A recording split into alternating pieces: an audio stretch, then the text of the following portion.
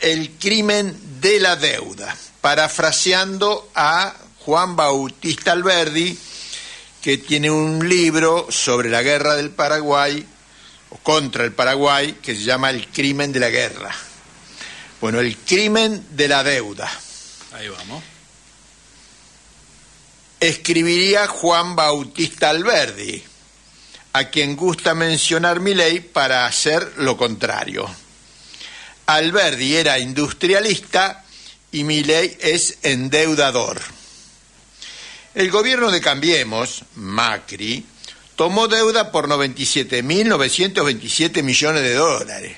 Nada más y nada menos. Sí, viste, estamos acostumbrados a manejar números siderales, pero esto es tremendo. Demencial. De los que se fugaron 86.200 millones de dólares. Esa nueva deuda, 44.600 millones correspondieron a endeudamiento con el Fondo Monetario Internacional a través del acuerdo entre Macri y Trump. El presidente Alberto Fernández, al inaugurar las sesiones del Congreso Nacional del 1 de mayo de 2020, dijo que iba a investigar la deuda hasta las últimas instancias y le solicitó al Banco Central que hiciera un informe sobre la misma. El banco presentó el informe el 20 de mayo, rapidito, 80 días, y en el que constaban que casi 6.800.000 personas físicas y jurídicas adquirieron 86.200 millones de dólares, o sea, el monto de la fuga. Entre las 100 primeras, las empresas estaban Telecom, Pampa Energía, Monsanto, Grupo Clarín, Grupo Techin, Hidrovía Paraná Sociedad Anónima, BlackRock y toda la serie que nombra siempre Horacio Robelli, que se la sabe de memoria. Generalmente para mal, ¿no? Sí, sí. No, estas son las que se afanaron los 86.200 millones de dólares. Son los que estaban al frente del choreo. Claro. Avalado por el gobierno de Cambiemos. Sí. Sí. En las memorias y balances de esas empresas, ninguna contabiliza haber comprado esos dólares, pero que sí constan en los bancos que se los vendieron. Qué raro, ¿no? Qué extraño. La AFIP no hizo nada. Bueno. Gobierno de Milei. El gobierno de Milei solucionó el problema del déficit fiscal y la bomba de las LELIQ, letras de liquidez del Banco Central, transformando esas deudas de los sucesivos gobiernos en deuda pública, es decir, de todos los argentinos, a través de los títulos del Tesoro de la Nación. O sea, que lo que debían el Banco Central, otras entidades del gobierno, se lo pasó al Tesoro, es decir, a la Nación. Nosotros, el pueblo argentino. Estamos pagando, exacto. La deuda al 10 de diciembre de 2015 era de 222.703 millones de dólares. Me cuesta trabajo a mí, que soy de matemática, leer semejante número. 222.703 millones de dólares. Y al 30 de septiembre de este año, así que hace 2 meses, 460.000 millones de dólares. La deuda fue aumentando gobierno a gobierno, pero los 4 años de Macri se disparó, en tanto que en solo 10 meses Milei batió todos los récords mundiales, argentino, panamericano, siderales, récord que quiera lo batió, de endeudamiento lo batió Milei. Sí, y eso sin que se le abrieran los préstamos de los organismos internacionales. ¿Qué nos espera? El Banco Central, por boca de su vicepresidente Vladimir Bernin, nada que ver con el ruso, con el Vladimir ruso. No. Este es Bernin. Reconoció el 15 de julio en Nueva York que sus reservas internacionales eran negativas por 3.300 millones de dólares. La promesa de Bernin a los tenedores de bonos en pesos fue que los van a poder vender en el mercado contado con liquidación de la Argentina, este es que se usa para fugar La plata, sí. los dólares, Los dólares. que se los va a recomprar el Banco Central en dólares, por sí o por el Tesoro de la Nación. Ellos garantizan que los chorros se puedan llevar la plata en dólares. Porque hay que decirle chorro, porque esto es choreo liso y llano, sí. Robo descarado. Abierto. De esta manera van a poder convertir las siderales ganancias obtenidas por la diferencia entre la inflación de enero a octubre, que fue de 107%, y la apreciación del dólar, que fue del 22% en el mismo periodo. Eso. Ganan un 85% en dólares, 85% en dólares en 10 meses. Una locura. Una tasa que no se obtiene ni en el negocio de la droga. No existe, solo se obtiene en la Argentina. Una tasa de rapiña. Pero más que de rapiña, decir una tasa argentina. Claro. La Argentina de Milei. Claro. La Argentina de Macri. Este es el negocio de inversores medianos, grandes para la Argentina, porque espere que hay más, ¿eh? Esto es el chiquitaje, estábamos hablando del chiquitaje.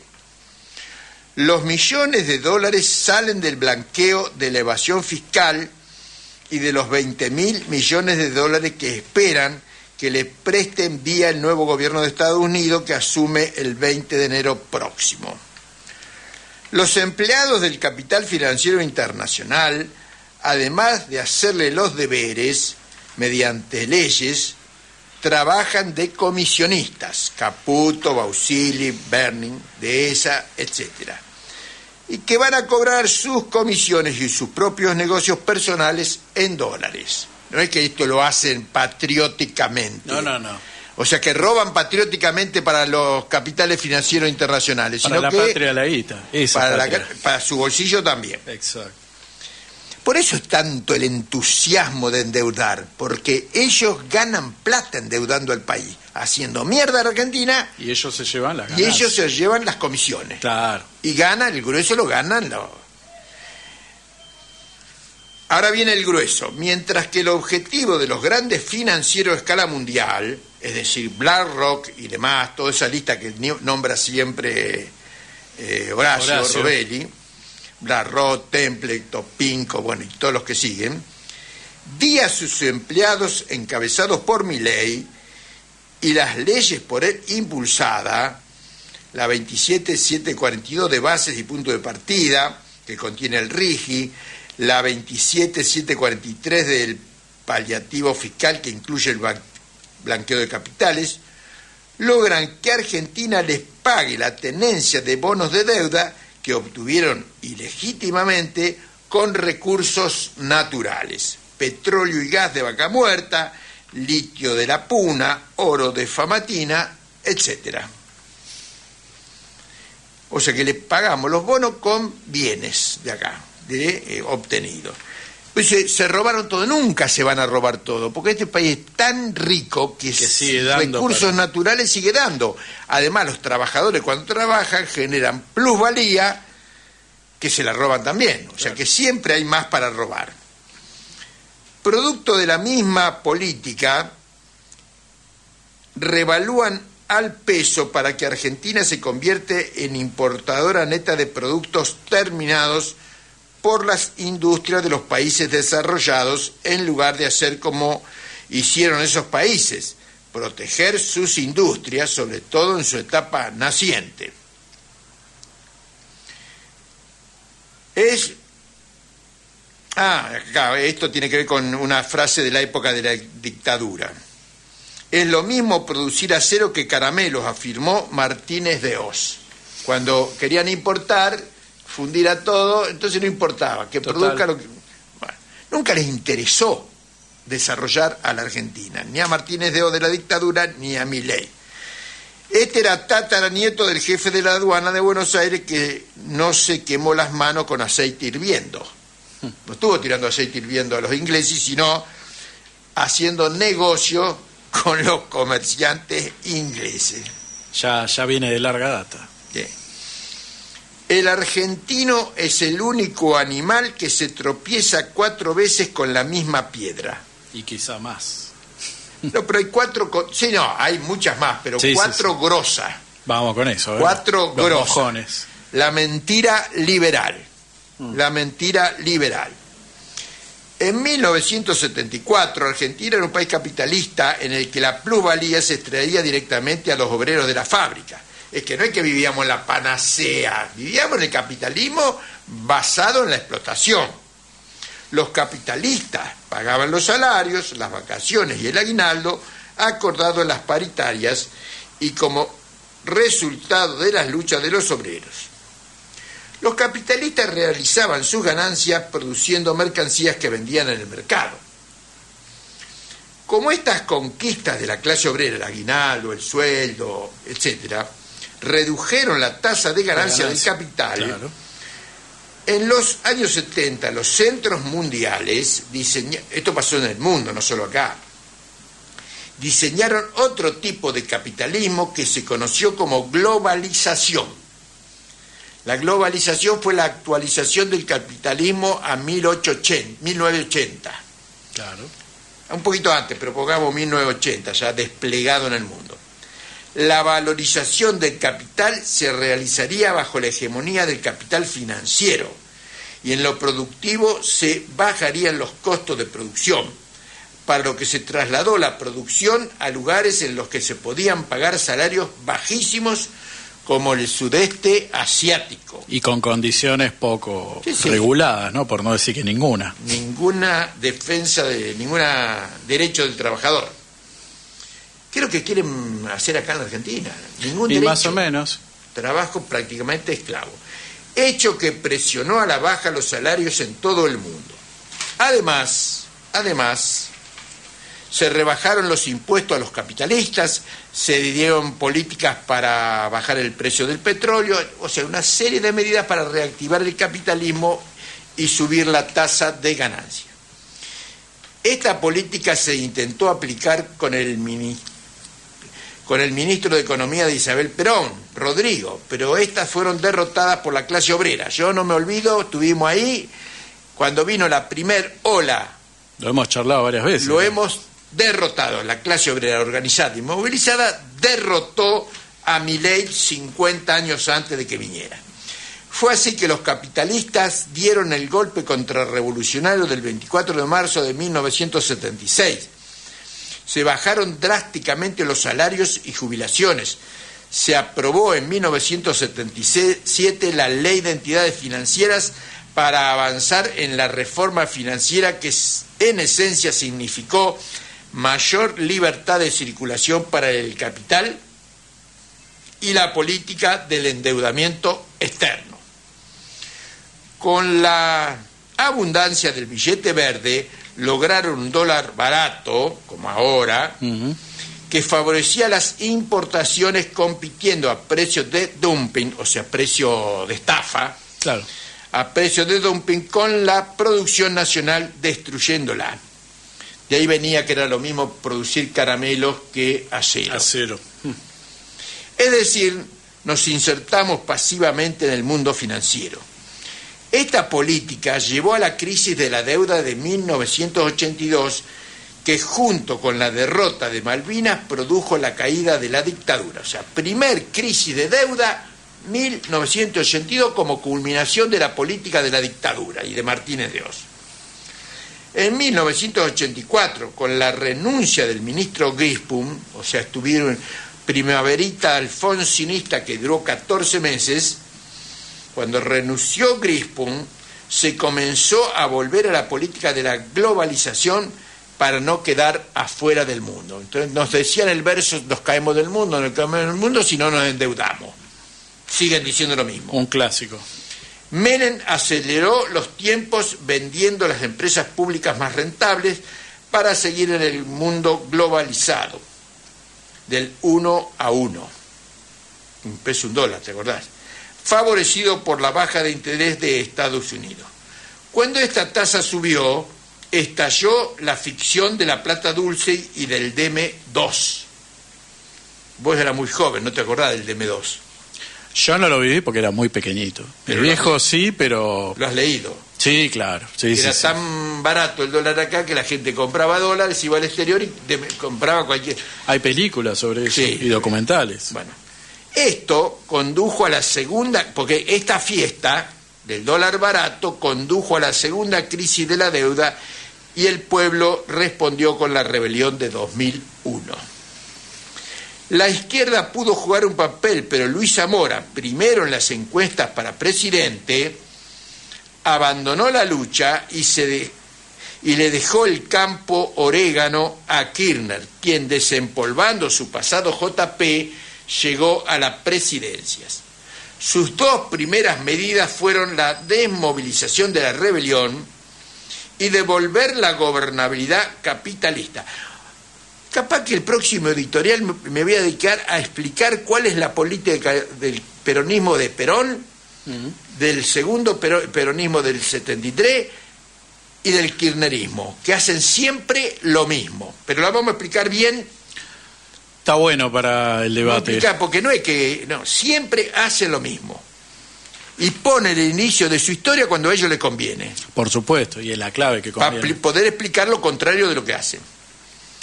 Desde allí, o sea, después que desmovilizaron al pueblo y devolvieron la gobernabilidad capitalista, realizaron 3 gobiernos progresistas, pero sin el protagonismo de las masas no pudieron desmontar las líneas directrices del neoliberalismo, como tampoco salir de la globalización.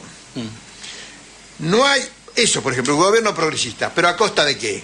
A costa de hacer poco o nada. No hay espacio aquí para analizar los motivos de la derrota kirchnerista de 2015, a partir de la cual se volvió a la política del endeudamiento externo. Iniciando este regreso en enero de 2016, Macri emitió un decreto por el cual los capitales especulativos podían entrar y salir libremente del país. Esta es la máxima del capital, la libre circulación del capital. La libertad de Milei se reduce a libertad para la circulación del capital. Financiera. Exacto. Esa libertad. Es decir, se volvió plenamente a un país en el que en el que comprar bonos de la deuda, como las LEVAC, era más rentable que producir y trabajar. Sin trabajar se podía obtener rentas del 40% anual por medio de la bicicleta financiera, que le llaman carry trade. Horacio, como ha hablado Horacio, exactamente. Y como él es economista, y para que no lo chicaneen los colegas, dice carry trade, pero en castellano básico es bicicleta financiera.